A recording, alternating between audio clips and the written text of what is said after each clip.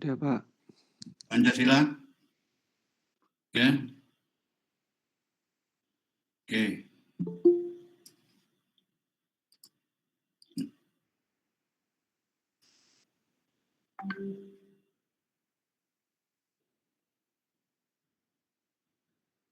Saya harus stop resetting dulu. Saya agak ini dulu.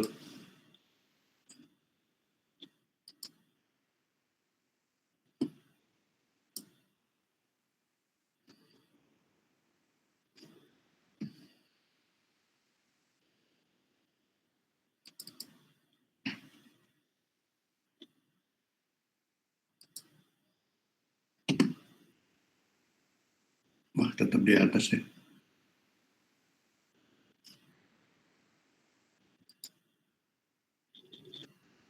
Ya.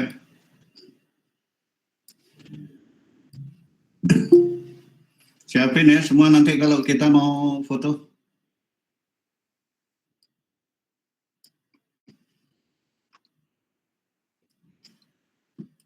Oke, kita kali ini masih kurang berapa orang itu? Tolong diiniin. Di apa? Di absen berapa semua ya?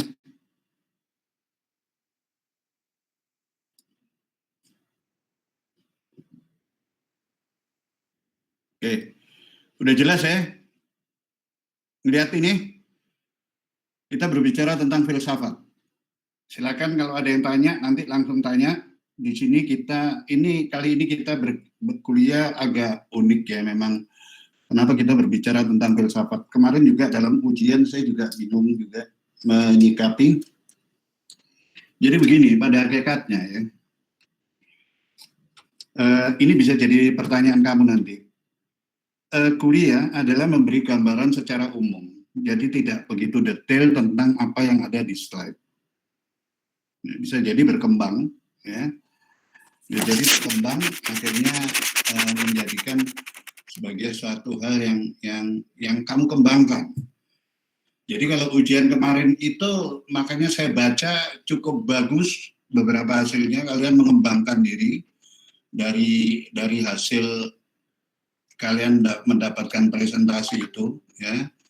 Dan ini adalah hal yang luar biasa sekali bagi saya, bagi kalian, karena menurut saya ya, tidak semua menghadapi persoalan seperti itu, ya.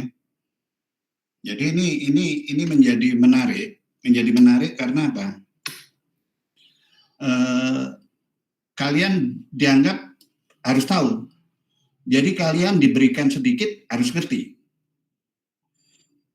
Kalian diberikan sedikit tuh nggak langsung terus nggak kritis, tidak. Kalian harus bersikap kritis. Ya. Ini memang Pancasila. Saya berkali-kali dari awal selalu katakan ya bahwa Pancasila mempelajari Pancasila adalah kita berbicara tentang sesuatu hal yang menurut saya berkaitan dengan agama. Kebetulan Pancasila itu ada 5 dan kebetulan juga adalah Pancasila itu juga ada 5. Ya. Di mana-mana saya ngajari bahwa itu selalu tidak bisa dipisahkan dari agama.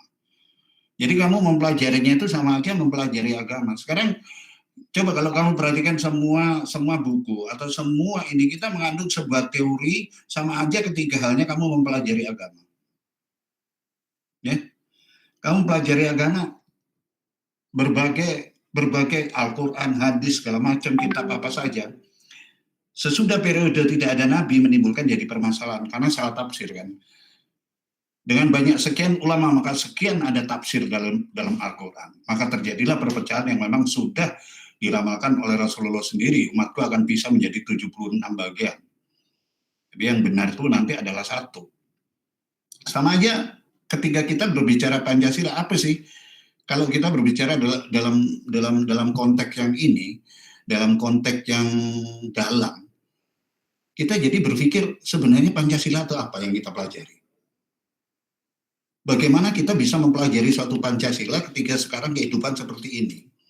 Logikanya, semakin banyak orang mempelajari Pancasila, negara ini semakin aman. Tidak ada pertengkaran, tidak ada ribut, tidak ada. Sama halnya Ketika kamu mempelajari agama, semakin banyak orang beragama dan semakin tidak ada orang yang tidak beragama, maka logikanya kebaikan akan semakin muncul. Akhir-akhir ini, kalian lihat ribut, bahkan satu sesama orang muslim sendiri terpecah. Belum lagi orang muslim sendiri yang menganggap dirinya number one. Akhirnya menyalahkan orang lain. Tafsir itu tidak akan pernah, yang namanya Rasulullah sendiri yang mengajarkan, ya, yang mengajarkan ajaran-ajaran Islam tidak pernah membenci, tidak pernah dia membenci agama lain. Bahkan dia ambil di Al-Quran itu berapa wahyunya adalah cerita-cerita dari nabi-nabi yang terdahulu. Betapa hormatnya. Tapi sekarang begitu giliran sekarang ini karena multi tafsir, ya kan.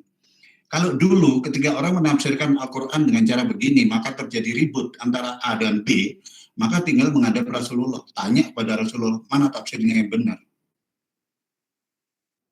Antara para sahabat menafsirkan, mengajarkan wahyu, yang waktu itu belum dibukukan, ya, belum dibukukan, ingat. Wahyu itu belum dibukukan aja, yang lain mengajarkan, misalnya Abu Bakar, Umar, Utsman, dan yang lain, Jubair, semua ketika dia mengajarkan dan terjadi saat penafsiran yang berbeda, maka untuk menghindari adanya keributan, mereka menghadap pada Rasulullah, mana yang benar. Yang saya ajarkan, apa yang diajarkan, apa sih itu yang mengajarkan. Masing-masing dengan argumennya masing-masing di depan Tuhan. Di depan Rasulullah. Maka Rasulullah yang mendapat wahyu, dia akan menceritakan, oh ini yang benar gini, ini gini. Dan Rasulullah tidak pernah mengklaim bahwa ini yang paling benar, enggak. Selalu ada argumen-argumen yang itu. Nah, ketika kemudian Al-Quran dibukukan, lalu siapa yang bertanggung jawab atas kebenaran itu? Maka terjadilah tafsir yang multi tafsir antara ulama ini, ulama di Sumatera Barat, ulama di Jawa Timur, ulama di Jawa Tengah, ulama di Madura. Ini sudah belum lagi kita berbicara tentang ulama dia ini baru kita berbicara dalam Indonesia sendiri, udah beda. Belum lagi nanti tafsir menurut ulama yang ada di Afghanistan, di Palestina, di Yaman, segala macam, aneka ragam. Dan akhirnya menimbulkan apa? Pertempuran, perang antara kita. Hanya mempermasalahkan suatu kaidah. Sama halnya ketika kita berbicara tentang Pancasila. Ketika kita mulai berbicara tentang ketuhanan yang Maha Esa, kemanusiaan yang adil dan beradab, persatuan, kerakyatan. Itu sebenarnya apa sih? Bagaimana sih tipe apa yang dimaksud dengan ketuhanan yang Maha Esa? Ketika kita mengemukakan bahwa sesungguhnya ketuhanan yang Maha Esa itu adalah bukan luar biasa sekali, maka ketika kita bertanya, loh, padahal kalau dalam orang Islam kan mengatakan tidak ada Tuhan selain Allah.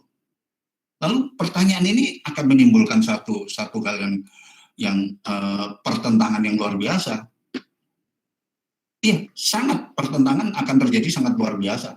Nah, pertanyaan saya adalah, lalu yang benar yang mana?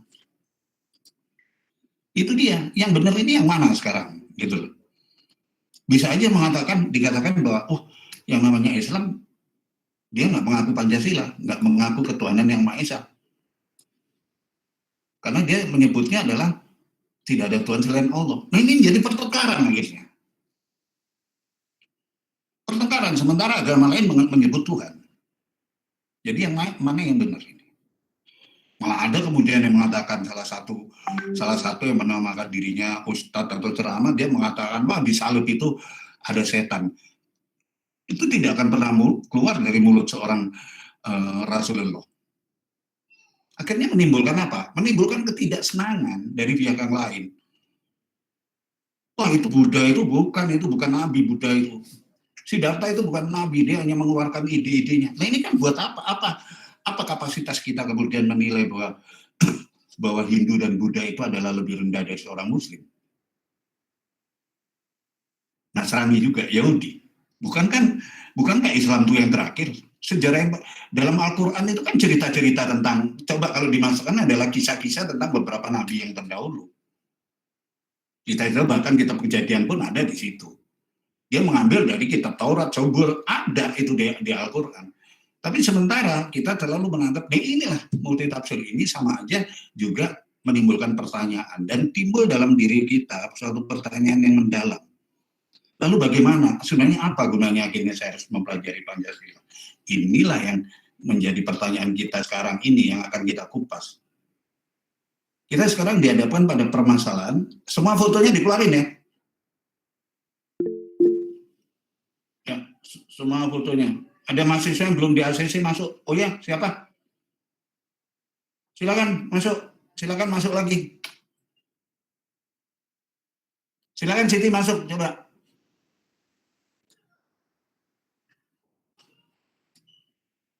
Silakan Siti. Kamu agak diangkat semua.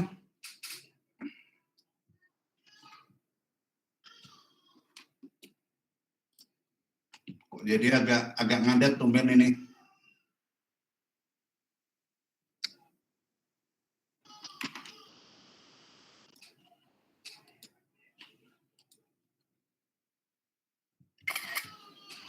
Ya. Jadi di sini permasalahan yang penting dari kita adalah apa sebenarnya yang menjadi persoalan ini, gitu ya. Apa sebenarnya yang jadi persoalan di antara kita? Apa yang sebenarnya menjadi permasalahan di antara kita? Apa sebenarnya yang menjadi persoalan di antara umat beragama sehingga timbul akhirnya keributan yang tiada taranya. Nah, inilah pertanyaan-pertanyaan seperti itulah yang dimaksudkan bertanya secara filosofis. Jadi ketika kamu berbicara tentang filsafat, sama aja ketika kamu berbicara tentang agama, kamu ingin mendalami, sama aja pertanyaan apa itu ketuhanan yang Maha Esa. Kamu di sisi lain sebagai orang Muslim tanya itu apa sih sebenarnya pemahaman dua kalimat syahadat. Mengapa dua kalimat syahadat pengertiannya tidak ada Tuhan selain Allah? Padahal kalau dalam terjemahan para leluhur dulu, para pemuka-pemuka Islam yang merumuskan Pancasila, pengertiannya adalah tidak ada Tuhan lain selain Tuhan yang satu, tidak ada Allah yang lain selain Allah yang satu.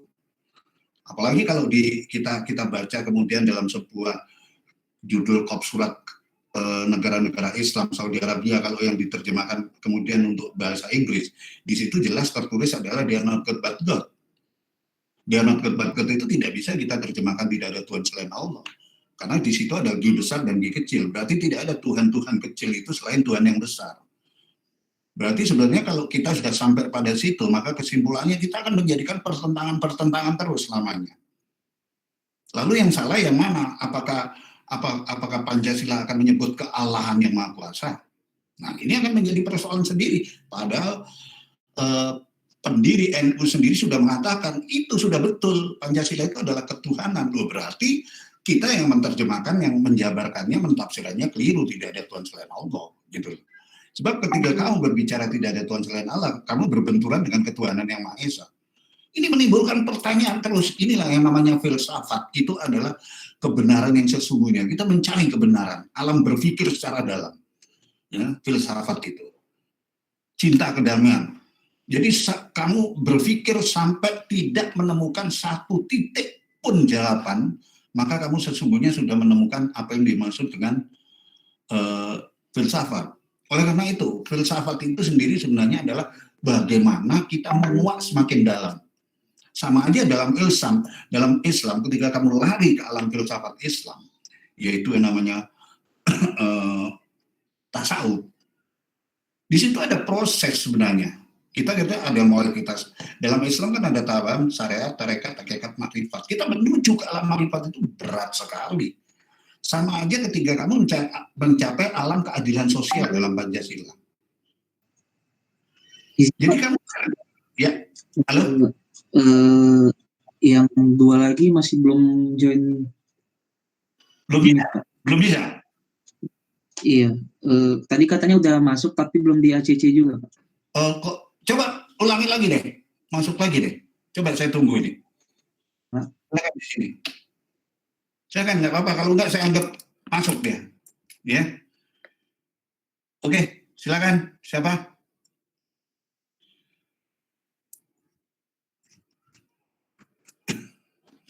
Ya. Jadi di sini pentingnya kita itu berbicara tentang ini ya, tentang Pancasila. Ya, saya anggap mereka masuk. Nanti sebentar lagi, makanya ini sendiri di tempat saya kok tiba-tiba juga ada yang aneh tampilannya. Ya. Coba saya stop resetting dulu. Silakan. Bisa di stop nih. Slide-nya hilang nggak? Halo? Belum hilang, Pak. Hilang? Belum, Pak. Ini dia ini. Ini kok tiba-tiba saya agak, ini mati nih. Send to Asus translate add to it spoken shape as forward back. Nah ini lihat. Oke, saya anggap kalau dia nggak saya anggap dia masuk ya. Ya, saya anggap dia masuk.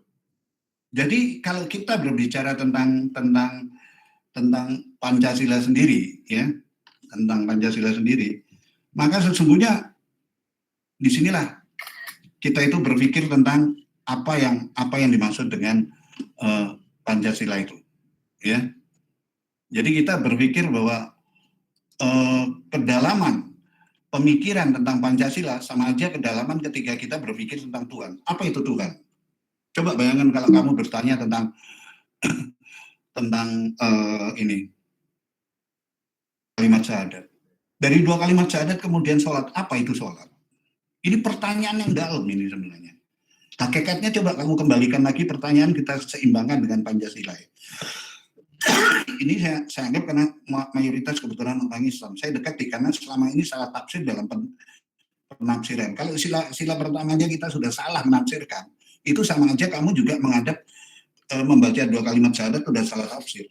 Dan akhirnya yang terjadi apa? Nah ini yang sering buat saya sendiri merupakan satu gejala atau suatu hal yang unik di Indonesia. Bagaimana begitu keagamaan begitu tinggi atensinya, mulai ada pengajian remaja, pengajian ini setiap hari di belakang rumah saya selalu ada pengajian jam 9, sehingga saya berpikir ibu-ibu itu masa nggak sih pengajian ibu-ibu itu ya? Kadang-kadang dari jam 9 sampai jam 12 gitu kan ya. Nah, semakin meningkat, orang semakin rajin juga korupsi, orang sekarang baru-baru ini menteri ketangkap. Bisa memahami kenapa Bu Sri Mulyani kalau lagi pidato marah, saya nggak ngerti berpikir. Orang semakin sering sholat, orang semakin banyak memperdalam, lah kok kejahatan juga semakin banyak. Sama aja orang berbicara tentang Pancasila, orang berbicara tentang ketuhanan yang Maha Esa. Tapi anehnya, yang menjadi aneh buat saya adalah mengapa tiba-tiba kejahatan juga semakin meningkat, ada korupsi, ada segala macam. Ini yang menurut saya di mana sebenarnya kekonyolan yang terjadi ini, gitu loh, ya. Kekonyolan yang terjadi ini di mana, gitu. Ya. Ini yang membuat saya sendiri tuh bingung, kadang-kadang ya. Jadi lalu buat apa kalau gitu? Bayangkan kamu mempelajari agama adalah dari SD, SMP, SMA, perguruan tinggi. Kamu juga mempelajari Pancasila mulai dari SMP, kenal kewarganegaraan, SMA, perguruan tinggi. Tapi anehnya, kamu lihat kehidupan di sekeliling kita. Apakah sekarang secara kehidupan, secara berkewarganegaraan itu sehat akhir-akhir ini kamu? Apakah kamu merasakan? Kebetulan kamu mayoritas. Coba bayangin kalau kamu minoritas. Kalau kamu orang non-muslim. Kamu merasa nyaman nggak? Ketika kemarin kedatangan Rizik Syihab, ketika kamu mau pergi ke bandara aja, bandara jadi tertutup. Terus mereka memamerkan seolah-olah mereka kebal terhadap COVID.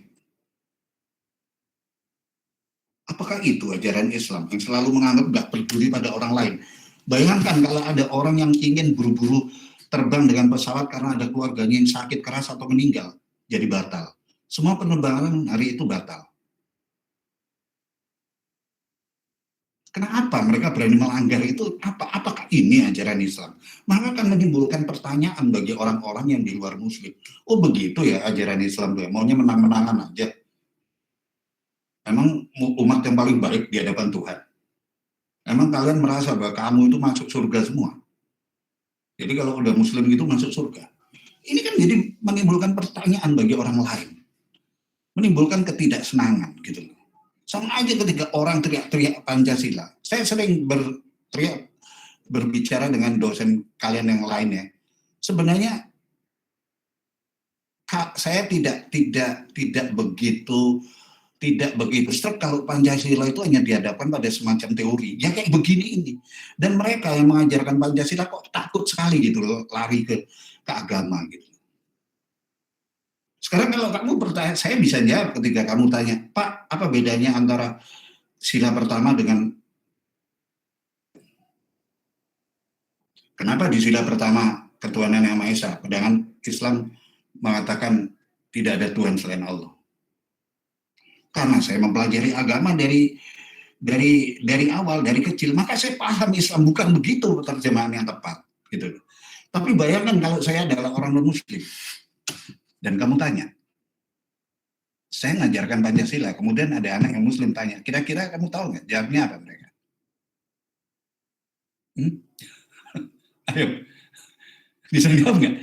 Anggap aja saya orang non-Muslim gitu, kira-kira dia bisa jawab nggak itu? Kira-kira ada pertanyaan seperti itu?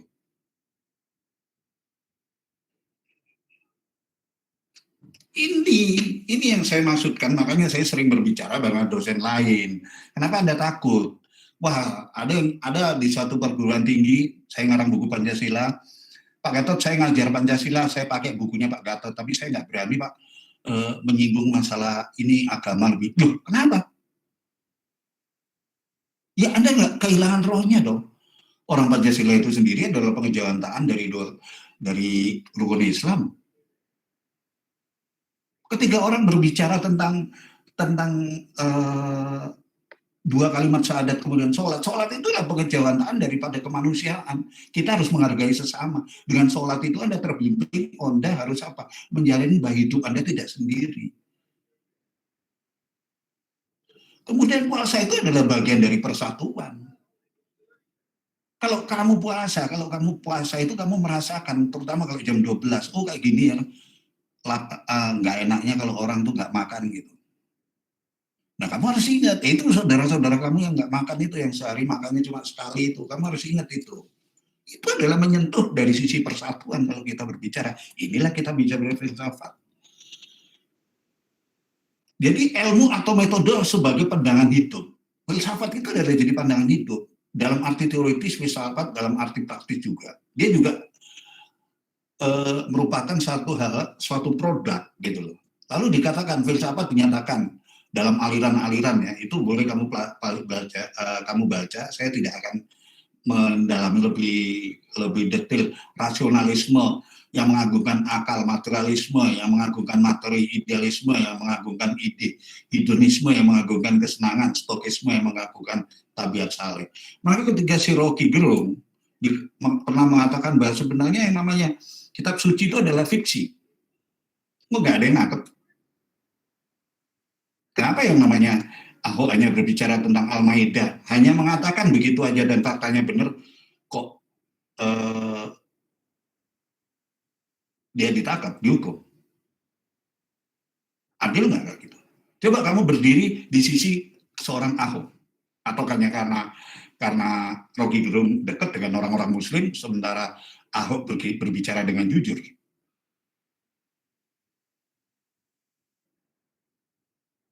Kalau saya bisa jawab itu, kalau saya berdebat dengan Rocky Gerung akan saya buat dia nggak bisa jawab. Bagaimana Anda mengatakan itu fiksi? Apa dasar Anda, pemikiran Anda? Sebagai seorang, dia adalah dosen filsafat, saya hargai cara berpikir Anda sebagai fiksi. Kalau itu fiksi, sebenarnya bukan fiksi sebagai tepatnya. Menjadi pertanyaan adalah Al-Quran dibukukan setelah Nabi wafat.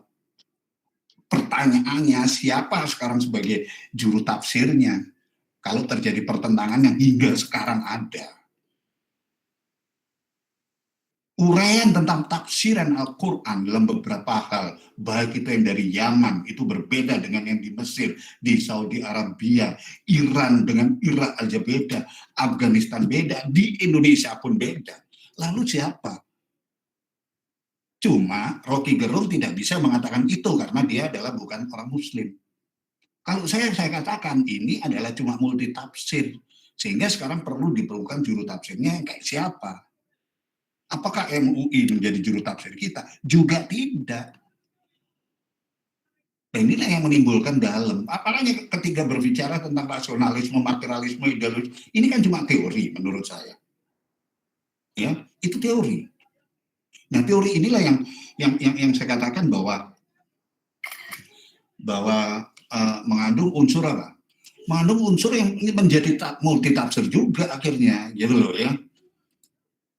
Jadi buat saya ya lah, buat apa lagi gitu loh. Kalau menurut saya ini yang penting sekarang adalah bahwa yang namanya kalau multi tafsir itu siapa aja bisa menafsirkan. Saya bisa menafsirkan. Tapi kalau saya menafsirkan logik. Saya pernah berbicara dengan para santri juga di NU. Itulah terjemahan saya tentang asyhadu alla ilaha illallah. Betul Pak Gatot. Dia memang harusnya begitu. Dan banyak kiai-kiai yang mengatakan begitu. Tapi ketika akhirnya muncul gagasan akhirnya dengan menganggap bahwa tidak ada Tuhan selain Allah, berarti yang mengatakan Tuhan adalah salah. Nah, ini menimbulkan tafsir yang beda. Padahal kalau dalam mencari benar, apakah benar seperti itu? Yang namanya Tuhan yang namanya Esa itu luar biasa. Filsafat adalah sekumpulan sikap dan kepercayaan terhadap kehidupan alam yang biasanya diterima secara tidak kritis. Coba kamu katakan sekarang. Ya. Semua, kalau orang Jawa, kalau saya pakai bahasa Jawa itu enak. Wolak-walikin zaman. Wolak-walikin zaman itu ada kalau dulu orang Jawa ngerti sadurunge winara. Kalau zaman Panembahan Senopati itu sholat Jumat langsung dari. Kenapa? Afifan Nur kenapa keluar? Ya. Kalau yang namanya Panembahan Senopati dulu sholat Jumat langsung dari Mataram, orang bilang aneh. Orang bilang nggak mungkin. Kenapa nggak mungkin? Bisa aja kemungkinan itu terjadi. Kalau kamu sudah mempelajari apa yang dimaksud tadi. Agama. Iya kan? Nah, ini yang menjadi pertanyaan saya seperti tadi. Kenapa Rocky Gerung nggak ditangkap? Kalau dikatakan menghina, loh, Al-Quran dibilang fiksi. Apa bedanya itu dengan karangan Dan Brown tentang Da Vinci Code? Nggak ada yang nangkep tuh. Nah, inilah bolak-balikin zaman. Anda tahu sekarang apa yang terjadi? Mereka yang dulu terlibat dalam penangkapan Ahok sekarang sudah menerima karma dari perkataannya. Ada satu perkataan Ahok sebagai orang non-Muslim ya. Saya sangat kaget begitu dia mengatakan bahwa kamu menghina saya, kamu memfitnah saya, itu kamu bukan hanya menghina saya sebagai manusia, saya adalah makhluk Tuhan. Tuhan tidak senang kamu menghina sesama. Itu orang non-Muslim berbicara seperti itu pada kita. Dan yang terjadi apa? Dari Buniani yang memfitnah masuk penjara, semua masuk penjara, semua dibuka aibnya. Dan sekarang malah Ahok dimuliakan. Coba, sebagai komisaris dari Pertamina. Dan dia bisa membuat Pertamina maju, fakta mengatakan bahwa ketika Anies Baswedan menggantikan, dia nggak bisa apa-apa. Ini kehendak Tuhan. Itu harus dipandang dalam sisi kita berbicara filsafat, mendalami Tuhan, apakah itu kehendak Tuhan. Ingat, saya menulis dalam laman saya, sedangkan daun jatuh aja kehendak Tuhan. Daun jatuh itu kehendak Tuhan. Nah sekarang Anda tahu, menuai badai, begitu menantang yang namanya Rizik, udah bikin susah sekian orang, penerbangan satu hari batal semua. Akhirnya apa dia sekarang? Terlunta-lunta. Hari ini kabur dari rumah sakit, tadi malam. Ya kan? Ini sudah Tuhan, itu kehendak Tuhan kalau menurut saya. Dikejar-kejar, baliho dibakar, Pangdam 5 Jaya sudah mengancam, semua polisi sudah bertindak tegas sekarang. Jangan coba-coba membuat hukum sendiri, itu yang seharusnya terjadi kalau kita berbicara tentang hukum. Dan kita lebih dalam lagi. Inilah yang Saya anggap bahwa kamu harus melihat Pancasila itu dari prakteknya, dari lingkungan kehidupan kamu sehari-hari itu kamu lebih banyak belajar Pancasila. Itulah yang seharusnya kamu peroleh. Jadi kalau kamu menjawab persoalan tentang Pancasila nggak jauh dari persoalan kamu berpikir kritis. Berpikir kritis tentang kamu mulai dari adanya apa itu ketuhanan yang Maha Esa, apa itu kemanusiaan, apa itu persatuan, apa itu kerakyatan yang dipimpin oleh, dan apa itu keadilan sosial. Ketika itu kamu perdalam dengan diri kamu, bahas, maka kamu sesungguhnya juga mempelajari agama. Ketika aku mengucapkan asyhadu alla ilaha illallah, apakah aku menganggap diriku satu-satunya yang paling benar? Apakah aku tidak boleh menyalami orang lain yang merayakan hari raya ibadahnya? Apakah aku harus memaksakan nyapa dia dengan gaya sapaanku? Kenapa aku terus tiba-tiba melarang, tiba-tiba aku mengucapkan pada orang Hindu selamat pagi? Aku paksa dia untuk mengatakan assalamualaikum sesuai dengan kaidah bahasaku.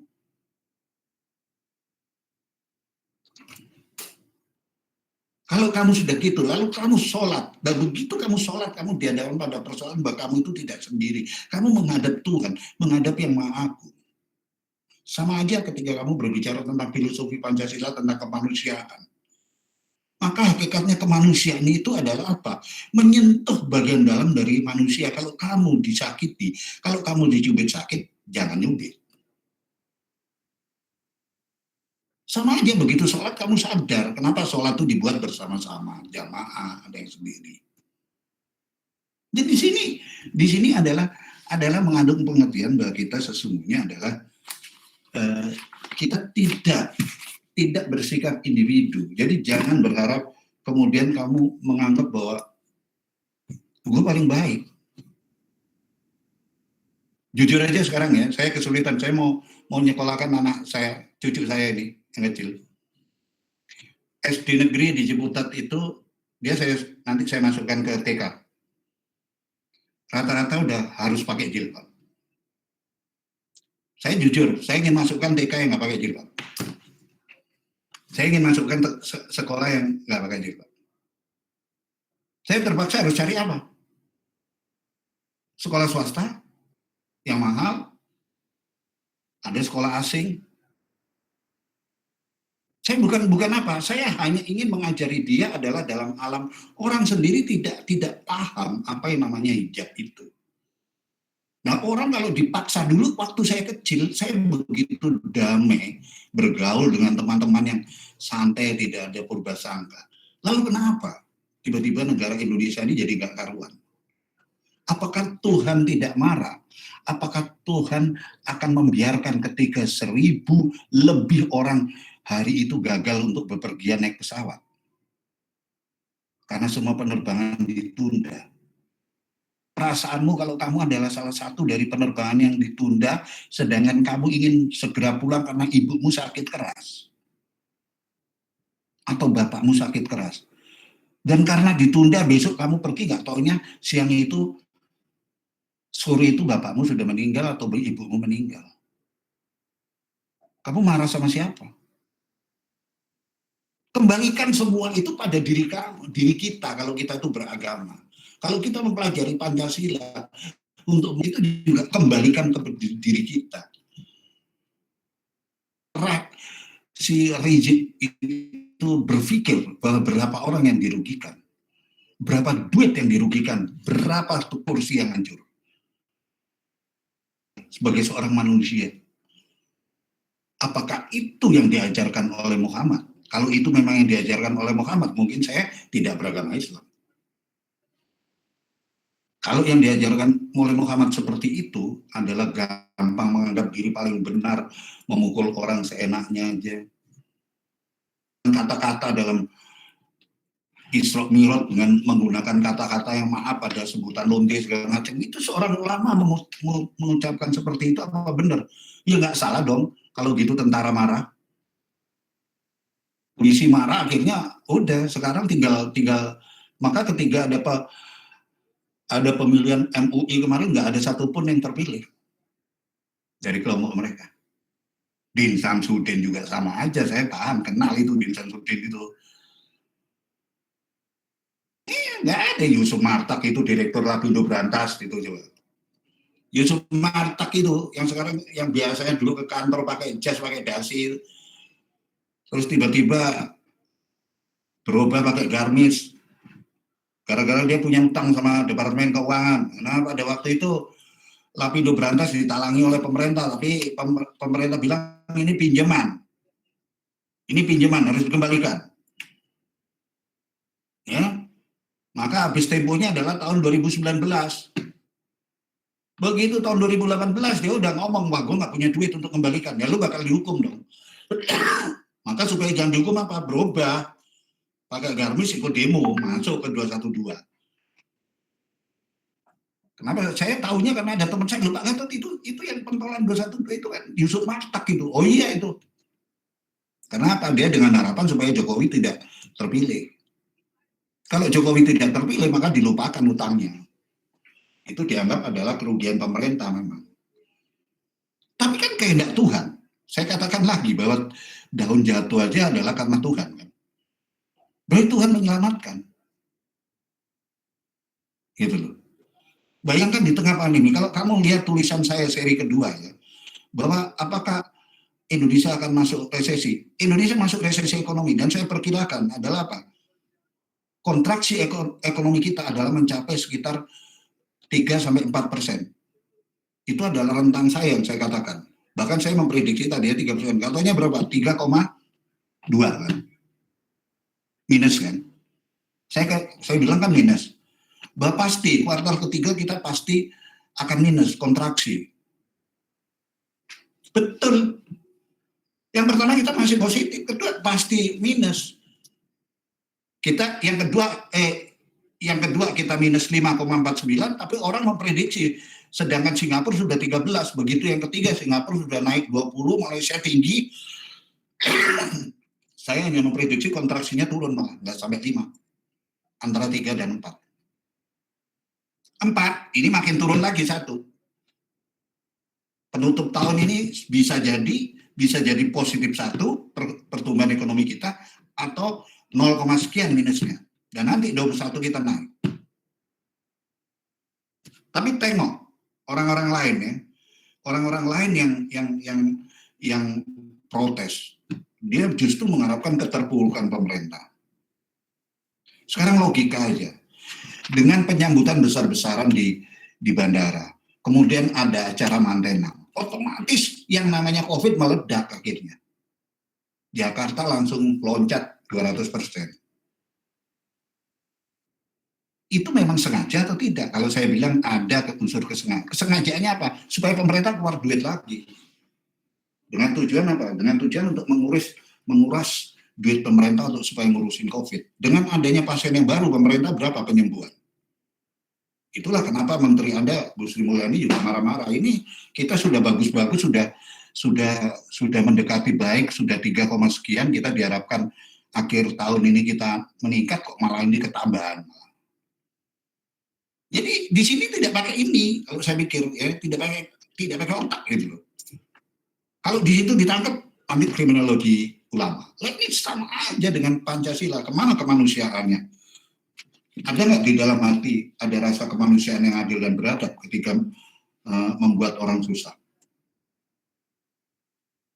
Ini kita berbicara tentang filsafat. Kamu boleh baca cara deduktif mencari hakikat Pancasila atau cara induktif dengan mengamati gejala sosial budaya masyarakat. Kamu lihat masyarakat itu sendiri. Ketika dia tidak mempunyai kepedulian kepada Republik ini, lalu buat apa sih sebenarnya kamu tinggal di Indonesia? Kalau kamu dari awal mengajari kita jihad, kenapa nggak pergi ke Palestina aja? Kita bebaskan Palestina. Kenapa kamu harus ribut menjelek-jelekan di dalam negeri aja? Kita selalu buat kisru. Semua orang bertujuan baik untuk mengurangi COVID. Gimana Menteri Ekonomi Keuangan itu berjuang supaya terjadi kontraksinya makin kecil. Bagaimana pembangunan. Dan di tengah pandemi, coba kamu lihat di negara lain, supaya kamu bangga. kamu nanti adalah calon abdi negara, calon PNS. Kamu lihat, di tengah pandemi kita masih tetap bangun. Orang Padang nggak suka Jokowi dibangunin, ada jalan tol. Coba. Tol Trans Sumatera itu udah mau jadi. Jalan kereta di Sulawesi dibangun. Di tengah pandemi kita tetap bisa bangun. Coba tengok negara lain. Amerika, Jerman, Jepang, Korea. Nggak usah jauh-jauh, Malaysia dan Singapura. Berhenti. Berhenti mereka. Nggak ada aktivitas. Ini lagi nanti adanya isunya kita, ada isu gelombang kedua COVID yang lebih mematikan. Mereka langsung lockdown, ini saya baca di koran. Dan kita tetap aja pembangunan tetap jalan. Terowongan kereta api Jakarta-Bandung udah jadi. Tanpa ribut-ribut. Lalu mereka yang sering mengkritik di laman-laman itu, berpikir nggak sih tentang Pancasila? Berpikir bahwa kamu itu punya, daripada ngeribut, daripada kamu ngeritik, mendingan kamu ngumpulin duit bantu orang yang kena COVID, bukan hanya ngomong. Kamu merasa kaya, entah itu Rudira, Rizal Ramli, entah itu Gatot Nurmantio, kalau mereka orang kaya. Kenapa mereka nggak nyumbang aja untuk COVID? Daripada mereka teriak-teriak ngeritik. Jadi di sini saya sekarang mulai ketemu dengan teman-teman ini, mulai banyak teman-teman ada kesadaran, semakin berani sekarang orang berbicara, orang tidak akan diem, pasti dilawan juga. Ulama Banten sudah menolak Habib Rizik, ulama Aceh menolak. Mereka sudah sadar, terbuka lama-lama. Dan ini apa? Kehendak Tuhan. Ingat, daun jatuh aja karena kehendak Tuhan.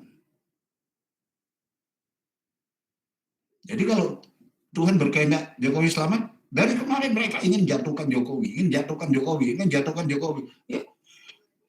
Orang yang tulus kok, dia. Pertemuan Jokowi adalah mencari, dia berpikir sebagai filsafat apa, mendalami terus, mendalami lagi untuk bekerja, semakin dalam. Apa itu ini, apa itu pembangunan, apa ini yang harus saya kerjakan, apa ini ada, terus dia lakukan. Sama aja kamu sebagai seorang mahasiswa juga sebenarnya apa sih untungnya saya berbicara mempelajari Pancasila dalam diri saya. Nanti kalau kamu dihadapkan pada persoalan satu ketika kamu kerja, kamu dihadapkan bahwa kamu harus menerima amplop atau tidak.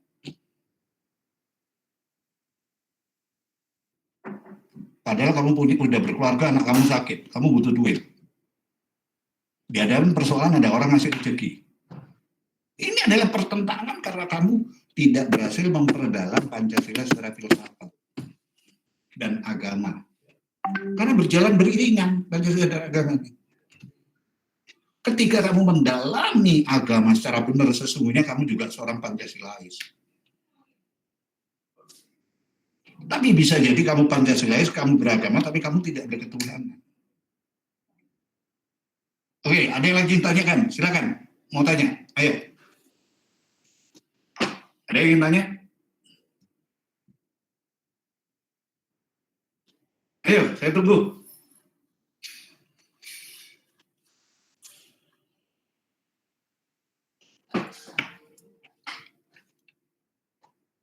Ada nggak yang tanya?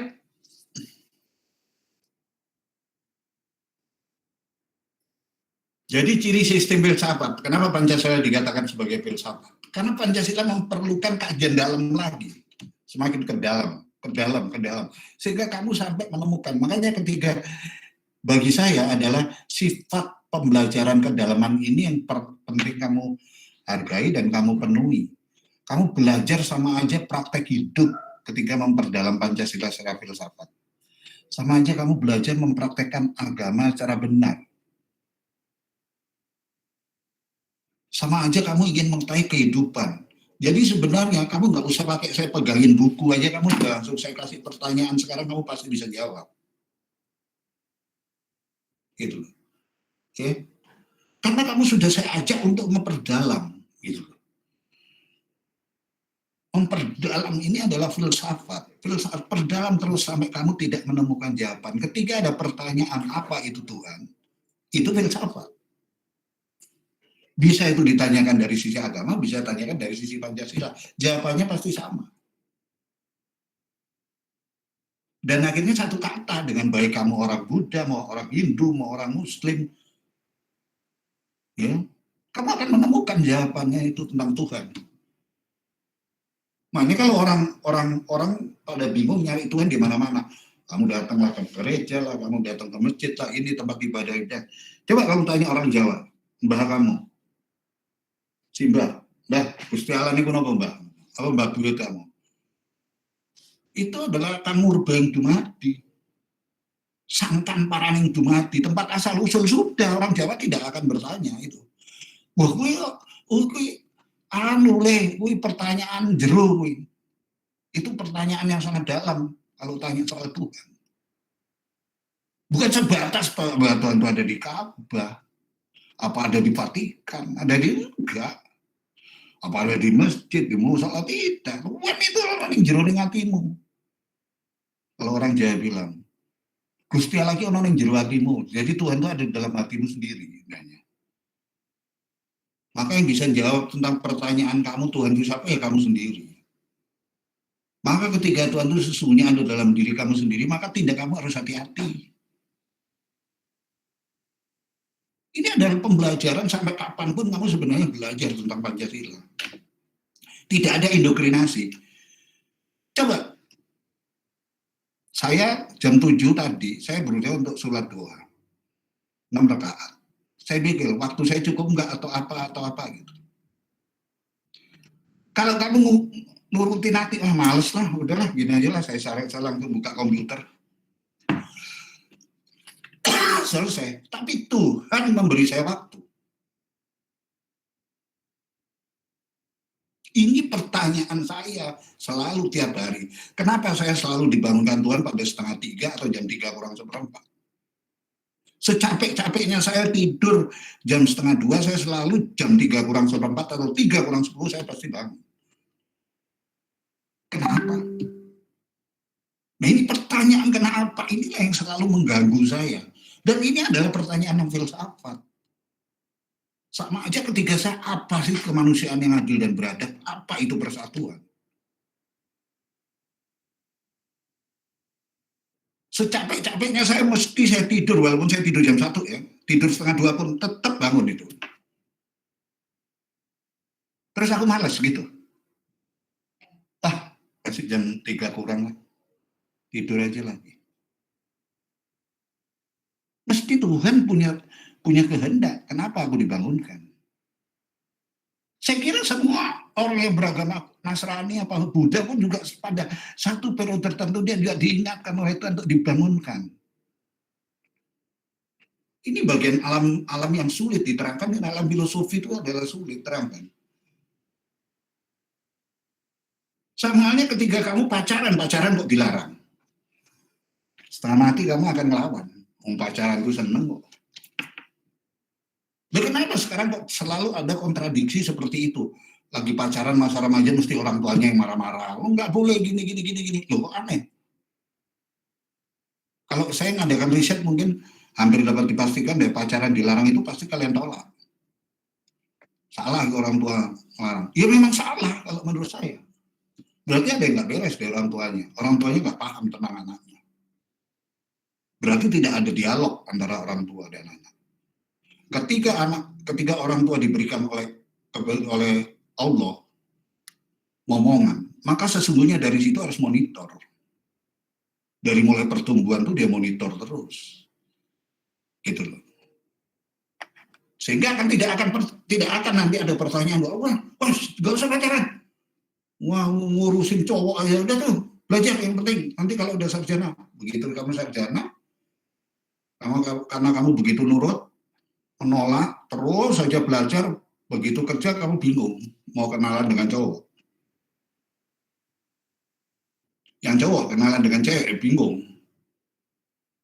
Ya karena kamu tadi ngugeming pitutur tadi. Padahal pitutur itu adalah keliru. Namanya bergaul kok dilarang. Dengan bergaul kamu tahu, kamu mempelajari mana yang baik, mana yang benar. Sampai sejauh mana aku ini bisa mempertanggungjawabkan tindakanku dalam hal pacaran. Itu juga bagian dari mempelajari filsafat Pancasila. Apakah sudah tindakanmu ini benar?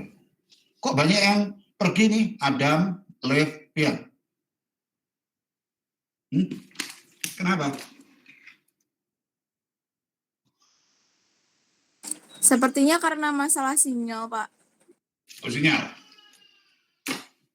Padahal saya kemarin udah saya perkuat ini kemampuannya internet di rumah saya. Beberapa kali emang nggak ada gangguan sih. Kemarin kan saya memberikan kuliah juga di Said. Malah nggak tanggung-tanggung itu mahasiswa ini sekitar sekali kuliah kemarin sampai 50, 60. Bayangin kamu kayak gimana ya, Pak? Apa nggak pusing gitu? Ya kan? Dan kuliahnya dari jam 8 sampai jam 12. Jam 9 sampai jam 12. Terus ada yang dari jadwal jam 1 sampai jam 4. Makanya saya tingkatkan gitu loh kemampuannya. Nah di sini, oke, ada nggak yang kira-kira kalian ingin tanyakan? Kenapa kok dari uraian saya sebentar tadi? Saya tidak menguraikan secara satu-satu. Kamu baca, kamu pecahkan permasalahannya. Kalau saya tanya, iya, kenapa Pak Gatot mengatakan, kenapa orang tua saya melarang saya pacaran? Tapi Pak Gatot tuh enggak. Kenapa?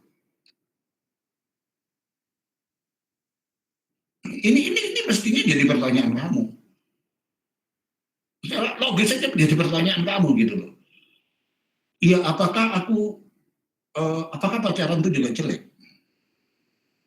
Apakah ketika aku bepergian berdua, katanya yang ketiga adalah setan? Benar nggak? Anda yang ngomong, hati-hati, kamu berdua kalau pergi. Itu enggak? Yang ketiga siapa? Setan. Loh, saya yang ketiga itu adalah Tuhan. Bukankah aku ini selalu dibimbing Tuhan? Tuhan itu selalu mengiringi kemana aku pergi. Kenapa jadi harus setan? Berarti karena kamu beranggapan yang ketiga adalah setan, itu salah yang ngajarinya itu. Berarti itu makanya menjadi pertanyaan bagi para orang tua untuk meluruskan, ngajari anaknya dengan benar. Bahwa sesungguhnya bukan setan. Itu kamu diminta untuk berpikir dewasa oleh Tuhan. Jadi ada kehadiran Tuhan ketika kamu pergi sama pacarmu. Itu dalam filsafat Pancasila ada. Jangan dikira Pancasila itu bukan hanya kehidupan yang tidak berkaitan dengan sehari-hari, sangat. Paku dengan sila-sila yang cuma itu aja yang tadi. Tuhan Yang Maha Esa, kemanusiaan yang adil dan beradab, persatuan Indonesia, permusyawaratan. Bukan, Pancasila ini ketika diperluas kemudian diacak-acak semakin dalam, kamu akan menemukan itu dalam irama kehidupan. Kalau kamu pacaran cuma sekedar untuk koleksi bahwa gue yang penting gue pacaran tuh dalam hidup gue punya banyak pacar gitu ya koleksi. Kalau berpikir enggak, ada rasa kemanusiaan nggak dalam diri kamu? Kamu menyakiti orang lain.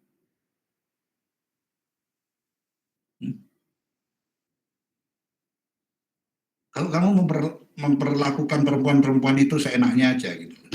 Kalau kamu punya adik perempuan kemudian diperlakukan seperti itu bagaimana? Bukankah itu pelajaran dari Pancasila? Ya nggak usah protes, ya. Jadi kamu juga jangan protes kalau adikmu diperlakukan yang sama. Kamu memperlakukan perempuan, ya kan, dengan sewenang-wenang, seenaknya. Kemudian adikmu diperlakukan yang sama oleh orang lain. Kamu mau protes?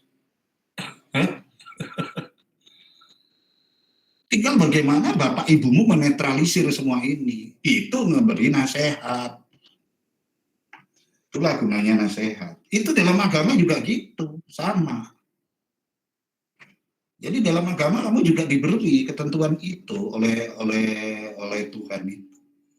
Jadi nggak usah kita berpikir terlalu jauh cari contohnya. Yang enteng-enteng aja ada kok contoh itu, ya. Jadi yang enteng-enteng aja ada contoh itu. Ya orang kalau lagi berdua kok lagi enak-enaknya kok dilarang. Ya pasti nggak mau, udah marah kan yang ada kan. Mana ada sih orang pacaran dilarang terus nurut? Belum tentu. Di depan orang tua gege tapi orang kepanggih-panggih, ya kan. Gege ini orang kepanggih-panggih. Aja pacaran juga. Jadi di sini menjadi pertanyaan bagi saya ya. Seharusnya ini jadi pertanyaan yang unik adalah kenapa kok malah dilarang? Ingin kita beritahu bagaimana seharusnya menikmati kesenangan itu. Itu membawa nilai tambah. Inilah yang saya katakan selalu berpikir positif. Jadi kita nggak Pancasila itu seenaknya aja gitu.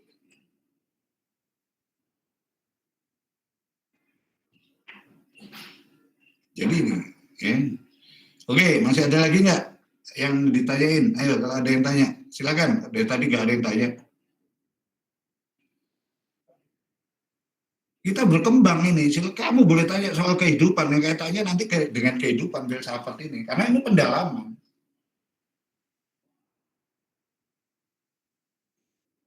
Ayo, siapa yang tanya?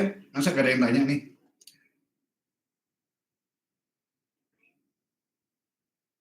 Ayo, biasanya siapa yang tanya ini? Banyak ini yang tanya biasanya.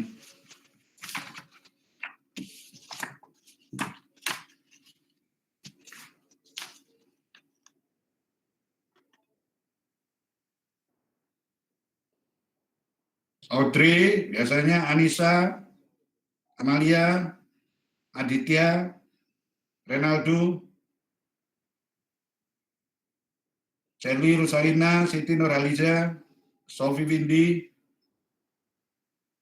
Jaim Rafiki, siapa? Ada yang tanya nggak? Coba tahu ini juga merubah nilai kamu yang tadinya kurang jadi lebih bagus.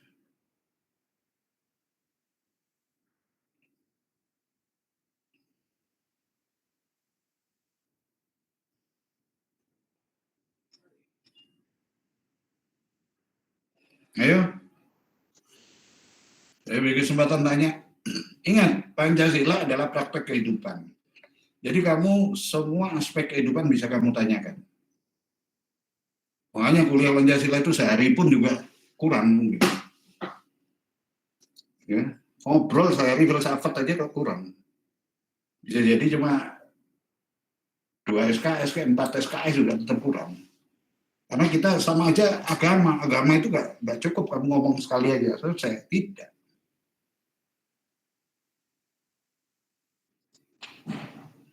Ayo silakan. Kalau ada yang mau ditanya, kita berbicara tentang sistem filsafat terus nih.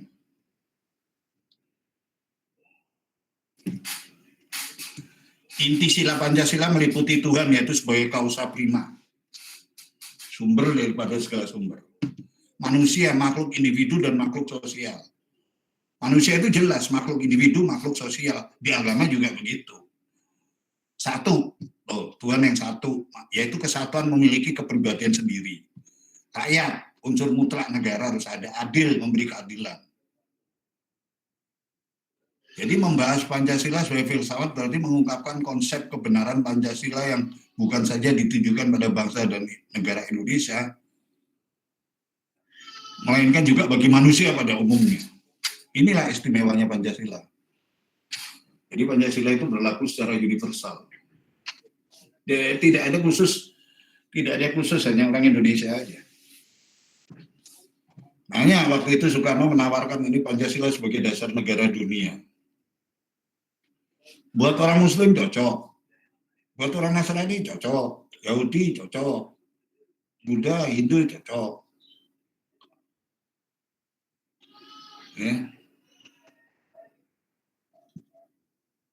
Jadi di sini kalian harus mencoba mencari mencari ungkapan terus di dalam diri. Ya.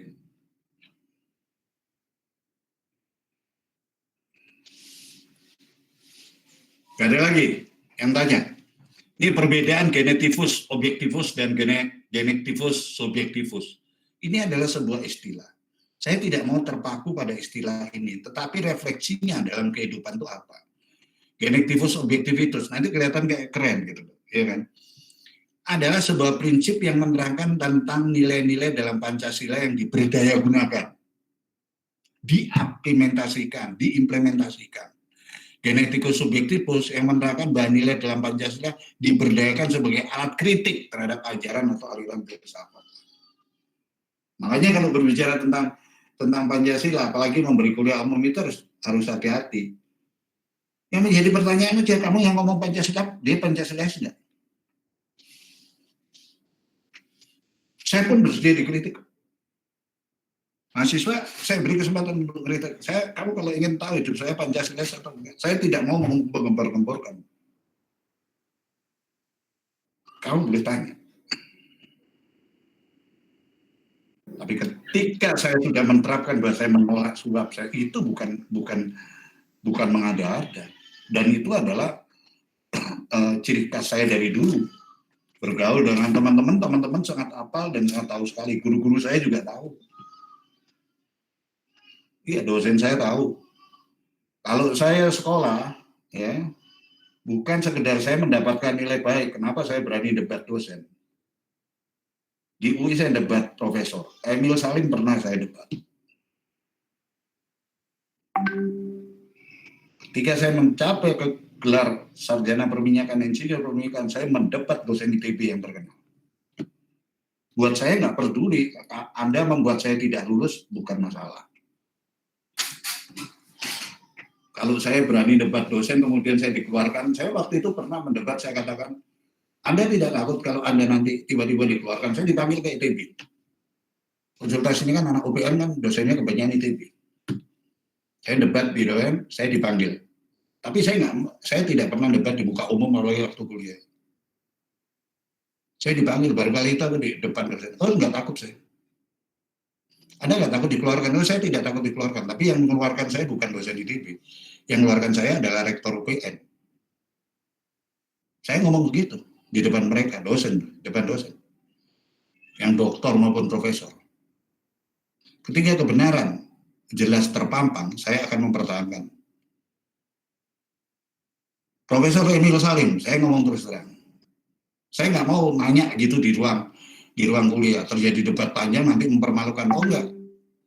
Begitu dia berada di ruang dosen, saya datangin. Tapi saya juga harus ada bukti, harus ada saksi dan bukti. Jangan saya aja berdua dengan dia. Ada teman saya satu, terus di situ ada karyawan.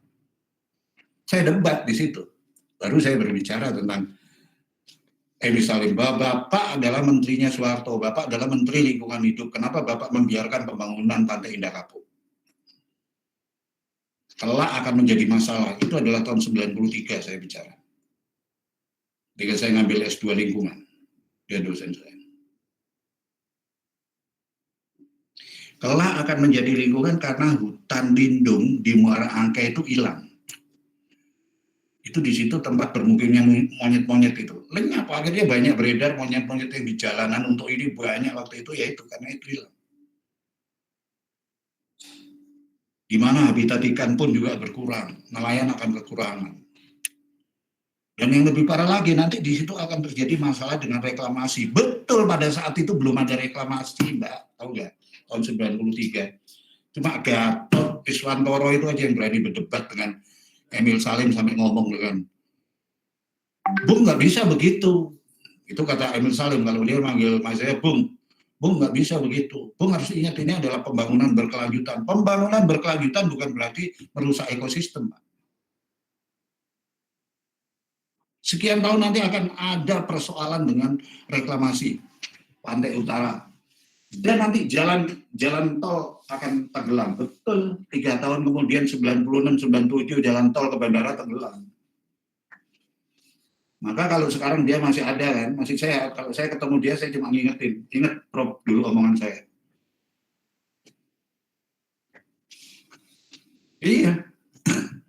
Saya selalu tenang aja saya kalau mengingatkan gitu. Ingat Prof, omongan saya dulu. Tapi saya tidak mempermalukan omongan itu di depan umum, di depan mahasiswa, dalam kelas gitu, tidak.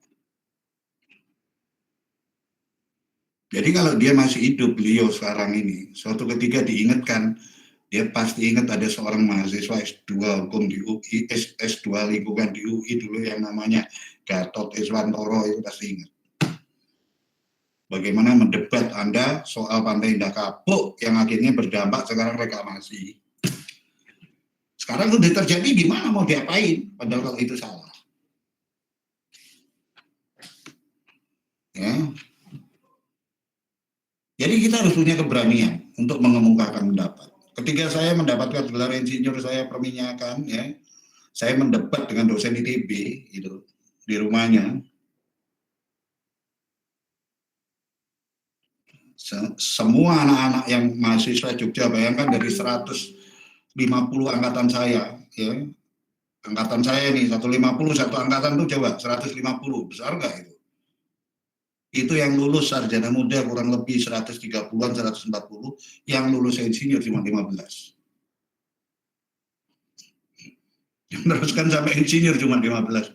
Dan saya tadinya juga masuk hitungan mahasiswa gondrong, udah itu seniman lagi, aktivitasnya itu aja. Saya menganggap nggak apa-apa diremehkan orang. Tapi suatu ketika kalau saya kan mengatakan pada teman saya, kamu dulu yang dapat beasiswa di sarjana muda, nyatanya juga akan sampai insinyur. Cukup sarjana muda, gua kan sampai insinyur. Nah itu, orang belajar konsekuen. Orang kalau mempelajari filsafat, dia berani konsekuen, siap dengan kata-katanya, penuh tanggung jawab. Dan begitu juga kamu tentang agama. Karena apa? Begitu saya ngomong konsekuensi ini adalah juga saya berbicara secara agama. Apakah kata-kata saya ini mengandung kesombongan? Apa itu definisi sombong? Ketika aku berbicara terus terang, apakah itu kesombongan? Perjalanan nanti yang mengikuti ini. Tuhan ini gimana mengiring kamu sampai hari tua ini nanti? Apakah kamu dibuat susah? Ketika saya mendapatkan anugerah, saya punya anak perempuan 2, 1, sekarang punya cucu perempuan laki. Loh, itu kan emang saya ngatur, bukan kan?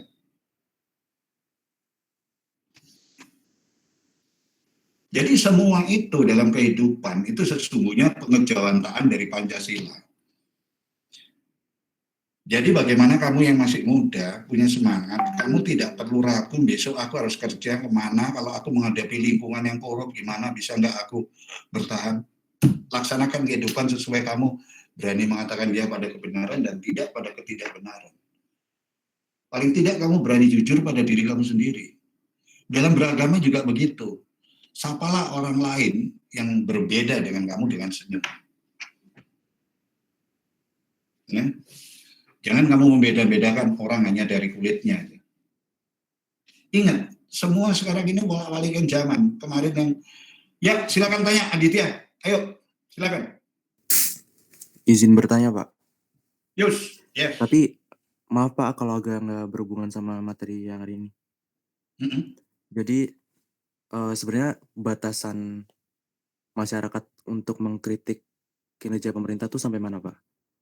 Soalnya tuh kalau misalkan ada orang yang bilang kayak gini, kalau misalkan kamu ngeritik pemerintah, itu harus disertai solusi dong itu. Jangan cuma kritik yang menjatuhkan gitu.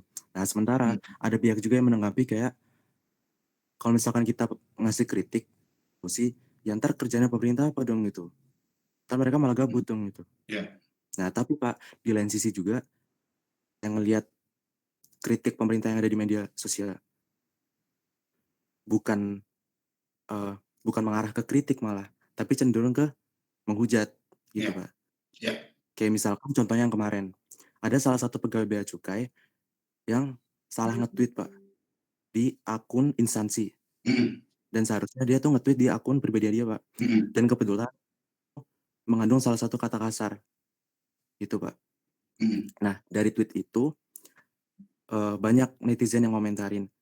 Kayak misalkan, maaf Pak, ada yang ngasih emoticon jari tengah, terus ada yang bahkan sampai doain pegawai itu tuh dipecat gitu Pak. Ya. Jadi kayak kelewat batas gitu, Pak. Mm-mm. Kritik pemerintah itu gimana, Pak? Makasih. Ya. Oke, ada lagi yang lain? Ayo, ada lagi yang lain nggak? Saya jawab sekalian. Ayo, yang cewek. Bagus, pertanyaan kamu bagus. Ayo, saya harapkan pertanyaan seperti ini. Ini menarik, ini Pancasila. Bukan di luar konteks yang kamu bilang. Itu adalah bagian dalam konteks yang namanya filsafat. Itu pertanyaan filsafat yang berkaitan dengan Pancasila. Coba kalau kamu uraikan, ada pertanyaan kamu yang berkaitan dengan Pancasila. Dengan unsur-unsur kenegaraan, persatuan. Oke, ada lagi yang lain nggak? Kita selalu diberi pelajaran yang paling penting dari agama, juga dalam adab. Di Pancasila ada adab. Yaitu apa? Tutur kata yang santun dan patut, dan mengikuti hukum. Pernah nggak kamu diajarin gitu dari kecil nih, dari SD nih, yang adab, sehingga kamu kalau bertemu dengan guru mengucapkan selamat pagi, pada yang tua nunduk begitu, ngasih salam. Pernah nggak diajarin kayak gitu? Itu pelajaran budi pekerti. Itu adalah pelajaran adab. Adab itu adalah budaya. Dan adab ini yang berkaitan dengan kehidupan kamu, yang mengikuti kamu sampai ke depannya. Sehingga setiap kamu berhadapan dengan orang yang lebih tua dari kamu, atau setingkat ayah kamu, setingkat nenek kamu punya adab, batasan-batasan. Nggak mungkin kamu ngomong sama kakek kamu atau bapak kamu dengan gue lulu gitu kan. Ya, berani kamu ngomong sama kakek lu, gue sih nggak gitu, kek. Loh, boy, kalau kakek kamu gitu ya. Apa sama nenek kamu, nek, lu nih gimana sih, nek? Coba. Gitu. Berarti kamu ngomong lulu sama nenek kamu gitu loh. Nah, batasan itu yang kita mintakan adalah adab. Adab itu adalah aturan main ketika kita melakukan subosito dalam batasan mana kita berada. Pada level kita berbicara sesuai, pada level di atasnya kita berbicara yang lebih santun. Itu adab. Ketika kita keluar dalam adab itu dikaitkan dengan yang namanya alam ketatanegaraan, ya, maka juga ada dalam Islam itu yang disebut ulama, umaro, umayyah. Ada ulama, ada umaro, pemerintah, ada umayyah. Ini rakyat. Etikanya ada batasan secara hukum. Ketika kamu mengkritik pemerintah, menanyakan dengan santun, menanyakan tentang kebijakan yang keliru, tanyakan dengan cara yang benar. Bukan mengumpat. Aturan yang benar malah kamu harus bertanya melalui wakil kamu di DPR. Loh, itu kan kamu punya wakil. Kan nggak mungkin kamu ngomong langsung sama presiden kan. Loh, kamu kan sepakat hidup di Indonesia negara kita adalah negara yang demokrasi. Demokrasi bukan berarti liar, tanya seenaknya, apalagi menggunakan kata-kata maaf aja sambil maki-maki. Ya, apalagi kalau itu diucapkan oleh seorang ulama. Akhirnya Tuhan memberi peringatan. Seorang Habib Rizik yang mengatakan seenaknya aja, akhirnya dijatuhkan oleh seorang siapa? Nikita Mirjani. Sentil dikit sama Nikita Mirjani, gerak semua orang akhirnya sekarang kan. Gara-gara pertama kali yang berani ngomong kan Nikita Mirjani, bener nggak? Akhirnya Pangdam Jaya langsung berdiri tegak, turunkan balihonya. Tangkep, periksa, Kapolda copot. Pangdam 5 Jaya diganti. Wali Kota Jakarta Utara copot. Semua diganti. Kapolres dicopot. Udah tegas. Ngeritik itu harus pertama kali memperhatikan adab dan tutur katanya. Gunakan bahasa Indonesia yang baik dan benar. Patut nggak kira-kira kalau kamu ngomong sama presiden itu mengatakan, lu Joko Dok gitu loh. Nah kalau yang namanya bapak kamu namanya Joko, Berani nggak kamu ngomong sama bapak kamu, jodoh, gitu. Lu ngasih gue duit sih, emang kewajiban lu sebagai orang tua. Berani nggak kamu ngomong gitu sama orang tua lo? Hah? Makanya saya tanya, santun nggak itu? Kan nggak santun. Pak Jokowi, boleh kamu kurang perhatikan, nulis di surat pembaca. Kalau tidak, kamu bikin petisi ke pemerintah lewat DPR. Aturannya itu begitu dalam demokrasi. Batasannya semua boleh kamu tanyakan. Kenapa saya cari kerjaan susah, ini susah. Kamu boleh bikin surat langsung kepada presiden. Boleh, presiden memberi peluang lewat seknek. Daripada kamu teriak-teriak, masa kamu teriak sendiri di depan istana, brengsek Jokowi itu, Jokowi keluar dari rumah lo. Keluar dari istana lo, gara-gara lo nih, gue nggak dapat kerjaan ini, masa sampai sekarang gue nganggur gitu. Kamu nganggur kok nyalakan Jokowi?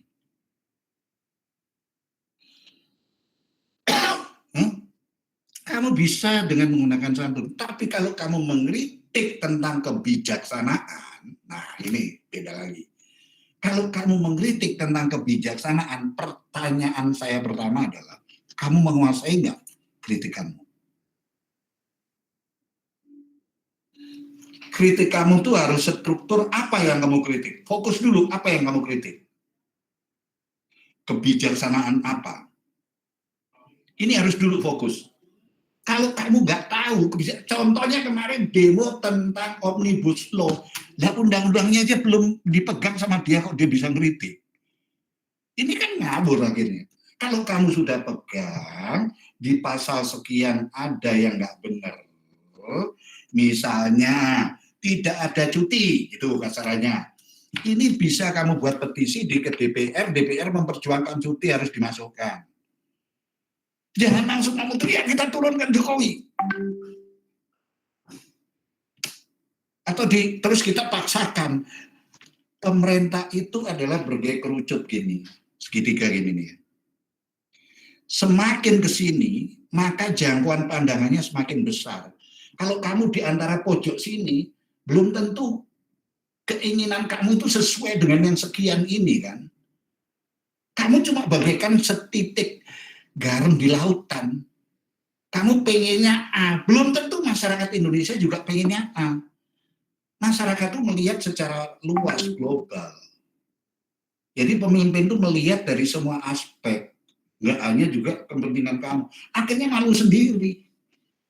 Namanya undang-undang Omnibus Law itu memberikan kemudahan buat investasi, buat mahasiswa juga. Loh, dan sekarang di mana kok ngelitik kamu? Loh ini karenanya begini. Loh, saya ngelitik karena ini Pak datanya. Data ini benar nggak? Kalau kamu ngelitik berdasarkan data ini valid nggak? Itu aja dulu. Belum sampai saya pada tahap apa? Belum sampai pada tahap memberi solusi. Kita ngelitik dulu. Pertama, gunakan bahasa yang tepat. Ada adab pertama kali ya. Gunakan bahasa yang tepat, bahasa yang baik dan benar. You kan anak sekolah kan? Anak mahasiswa kalau ngomong kan tentunya lebih bagus daripada anak SD.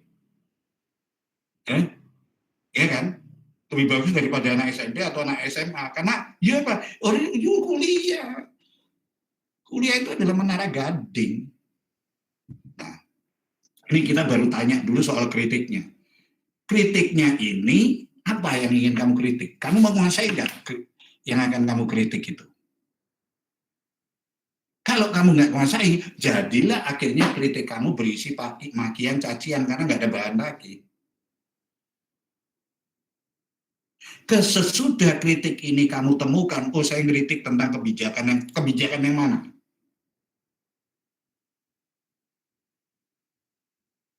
Gitu loh.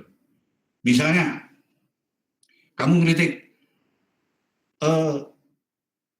karena ini kedatangan pegawai Cina banyak, investor mendatangkan pegawai Cina ke sini banyak di Morowali, itu kamu kritik. Pertanyaan saya lagi bertanya, kamu sudah tahu nggak permasalahannya? Kenapa tenaga-tenaga Cina itu datang ke sini?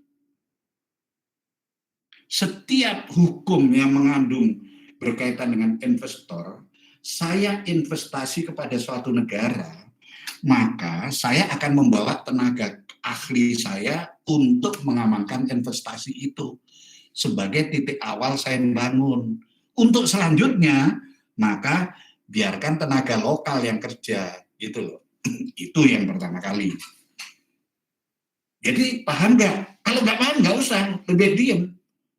Kita bukan sok-sokan ngomong seperti di ELC asal mangap aja. Nah kalau sudah itu selesai, kritik kamu benar ada.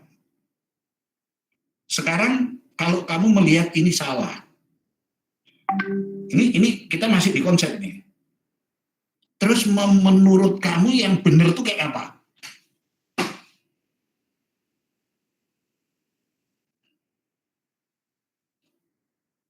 Saya dulu bilang sama Profesor Emil Salim begini, Bapak menghilangkan hutan lindung Muara Angke, pohon bako dihilangkan, maka bandara akan tenggelam.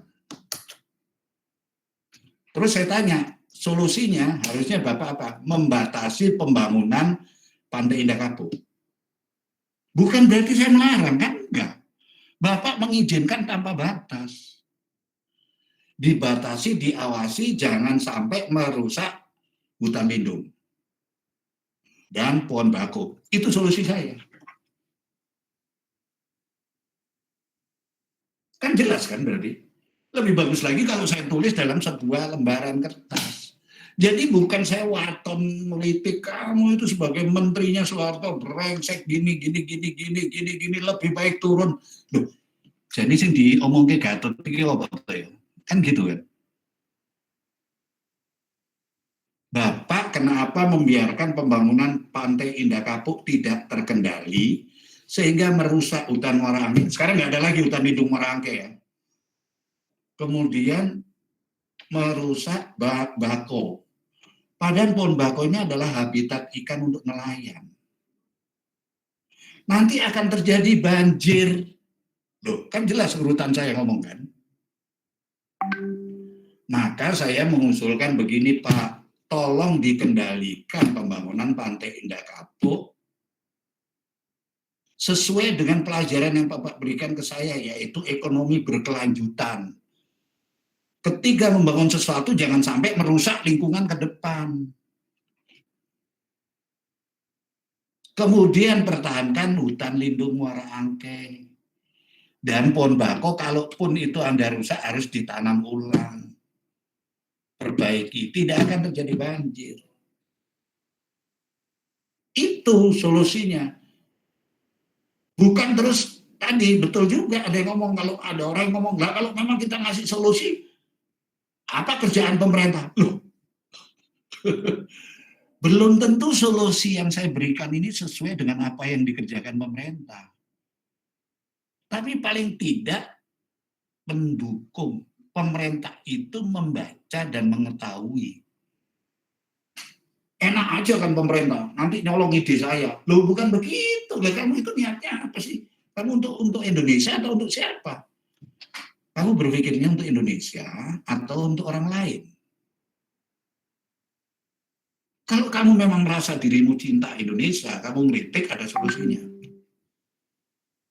Tapi kalau tidak, jangan, nggak usah aja. Ya, nggak usah ngeritik. Begitu ya. Gimana, Dad? Iya Pak, terima kasih Pak. Ya, pertanyaan seperti ini yang seharusnya hidup. Kamu tanyakan, bagaimana saya beragama yang benar, Pak? Kok nggak ada yang tanya? Itu berkaitan juga itu dengan Pancasila itu. Dengan filsafat itu. Bagaimana saya beragama yang benar, Pak Gatot?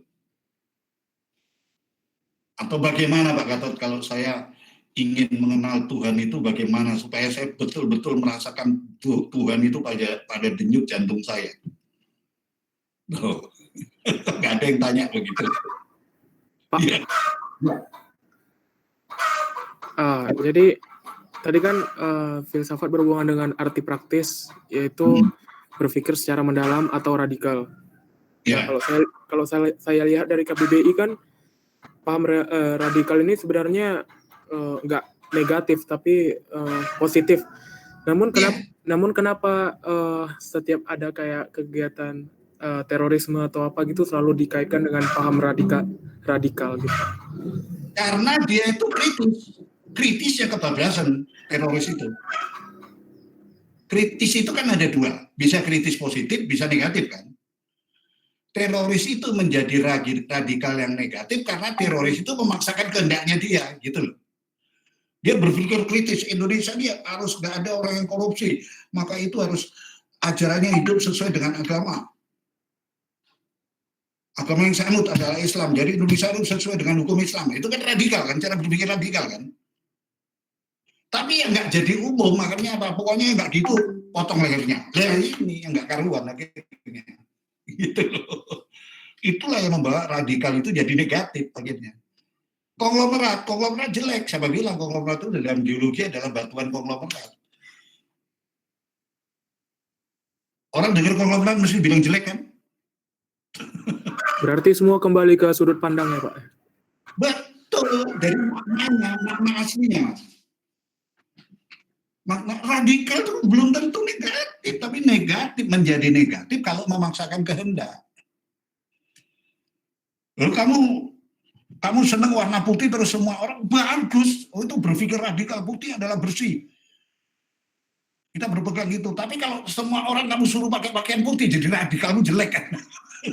Kamu memaksakan kehendak. Semua orang kalau yang pakai pakaian hitam kamu golok gitu lehernya, aduh itu tuh bubar akhirnya. Ini radikalisme yang benar-benar rusak ini namanya. Cara berpikir kamu berpikir radik ya istilahnya. Berpikir radik itu berpikir sampai ekstrem dalam gitu loh. Sampai paling dalam nggak menemukan jawaban lagi. Jadi kamu berpikir ekstrem itu kalau nggak ada jawaban lagi sudah, kamu harus wangel boleh jawabannya apa mana gitu loh. Makanya saya selalu katakan kan kalau ujian mata kuliah saya itu jawablah sampai kamu nggak menemukan jawaban. Saya pasti tahu gitu begitu baca, ini udah nggak temukan jawabannya anak ini. Gitu. Oleh karena itu kenapa saya memberi nilai itu juga paham gitu loh.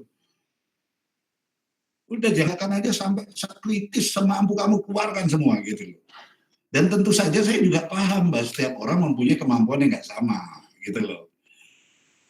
Jadi kalau nilai 80 saya untuk kamu, kalau kamu kapasitasnya penuh, kriteria kamu memenuhi kepenuhan kamu adalah dapat nilai 80.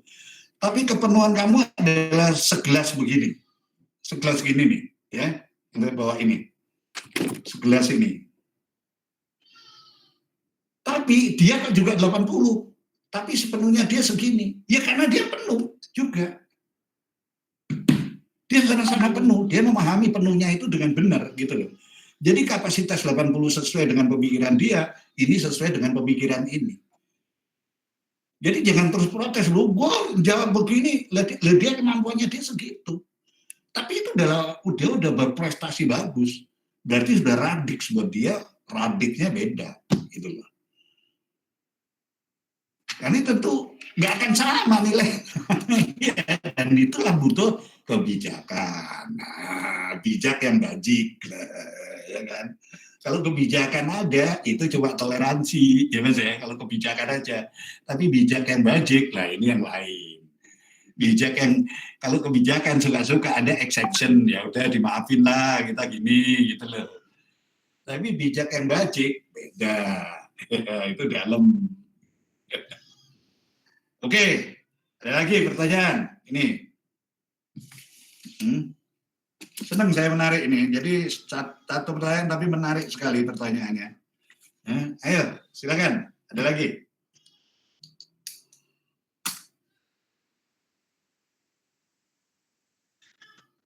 Ayo, yang wedok lho, sing wedok ora ono udah ngantuk apa piye iki? Saya kemarin itu seminggu melek terus. Ini saya juga mempersiapkan nanti untuk pelatihan hari Kamis sama Jumat.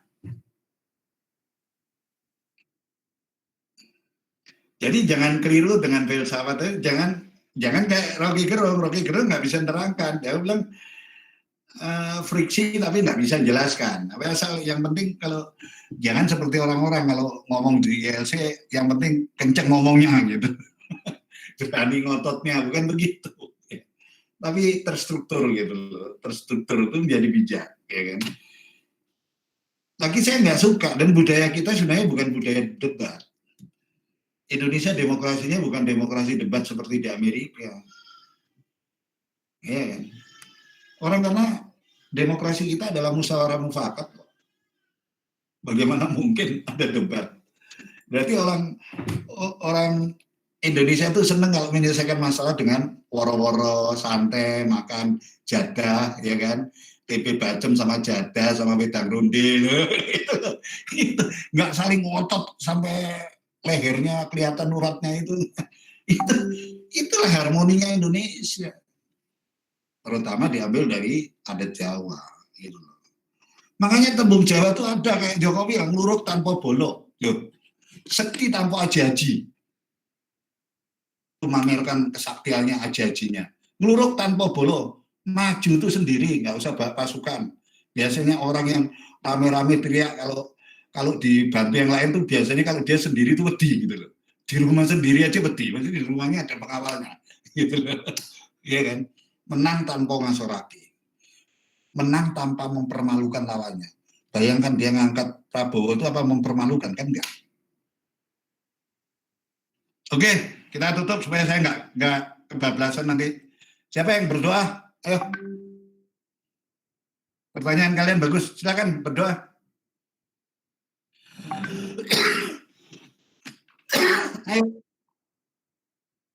Ayo doa penutup siapa?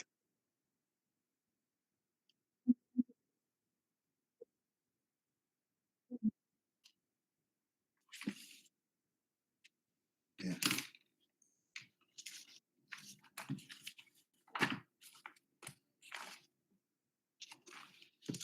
Ya. Udah? Ya, bagus. Audrey ya itu tadi ya? Oke. Ngomong kayak ngantuk aja, Dri. Yuk. Oke, terima kasih. Pertanyaan kamu hebat. Sukses, ya. Oke, bagus. Bagus sekali.